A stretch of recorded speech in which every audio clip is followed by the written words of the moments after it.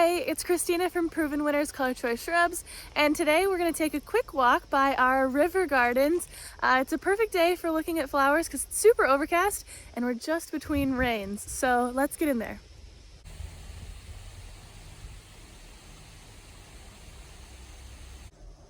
It can be hard to know what to pair those laced up elderberries with because they're kind of funky looking, but I am loving seeing that unique foliage texture and color combined with the beautiful smooth hydrangeas everywhere in here.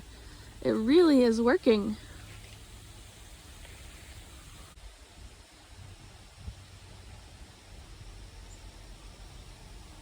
I remember showing this particular area in the springtime when it was just waking up. I think it had just either been planted that spring or in the fall, so it's really filled in since then, which made me want to address a question that I get a lot. How fast is my shrub going to grow? And it really depends. Sometimes a shrub will get in the ground in the spring and have plenty of energy to produce tons of new growth, look like it's been there for 2 years. And other times it needs time to get established in your garden. And that brings the expression sleep, creep, leap to mind, which refers to a plant's first 3 years in the ground. First year, it's sleeping. It's creating a lot of roots underground, still working, just not noticeably. Second year, it creeps. It's gonna put on a little bit more growth, but still getting established. And then that third year is when it really takes off and it looks amazing, full, lush, and like the plant you were expecting.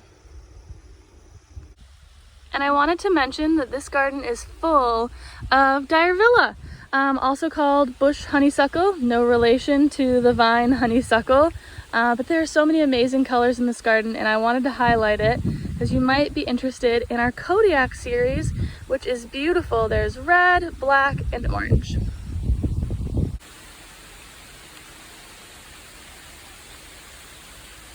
I knew I'd have to get caught in the rain during one of these walks. Might as well be this one.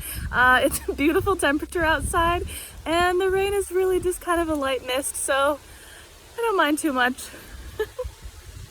Even through a light misty rain, we had to come visit our big Temple of Bloom 7 sunflower back here. It is so gorgeous.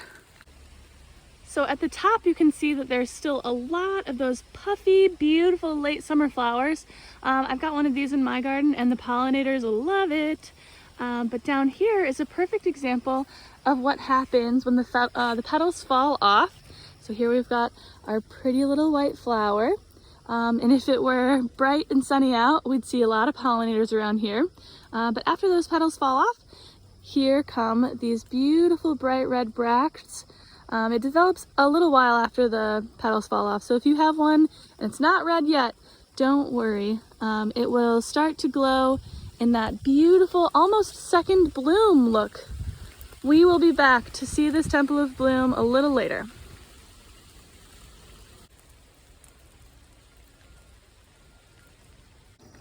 Decided to come down for a walk this way and was totally rewarded.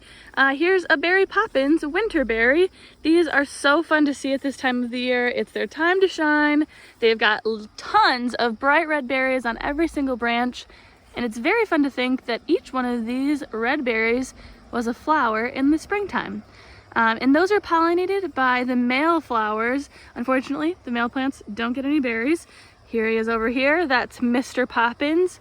A noticeable lack of berries, but thanks to that plant, we can have these berries.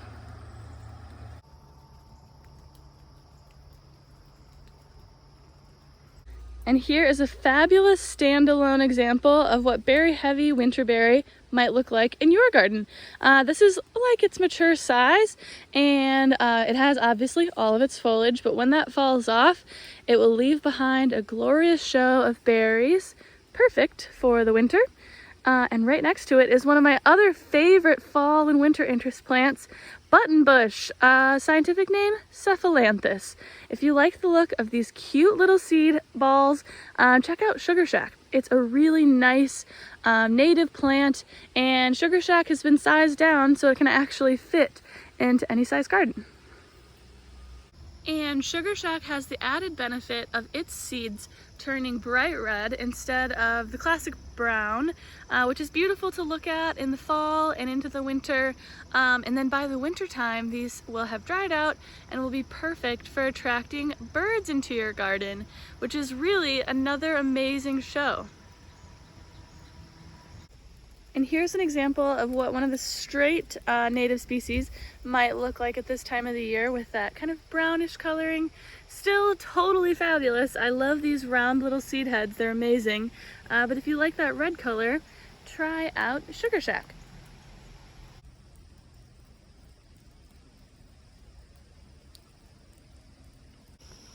Now this plant is unspeakably beautiful to me. This is Brandywine viburnum, and it has so many good qualities. So first, its berries start white and then transform to this beautiful shade of pink. And then after that, they turn blue. It is so fun to see them all at the same time. And you will be lucky if you do, because the birds love these berries, which is another reason to love this plant, because it's feeding our beautiful birds and it gives you something to look at. The last thing is the foliage. Oh my gosh, the fall foliage is intense. It turns bright burgundy, so you can see it just from anywhere in your yard. And altogether, the show is gorgeous. One of my favorite fall plants for sure.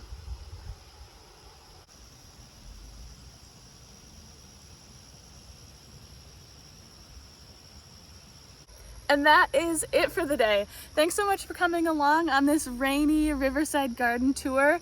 Definitely shows that if it's just misting, totally worth still getting out in the garden, just so long as there's no thunder or lightning. We saw a lot of beautiful things today, and if you have any questions about them, leave it in the comments below, and I'll see you again next week.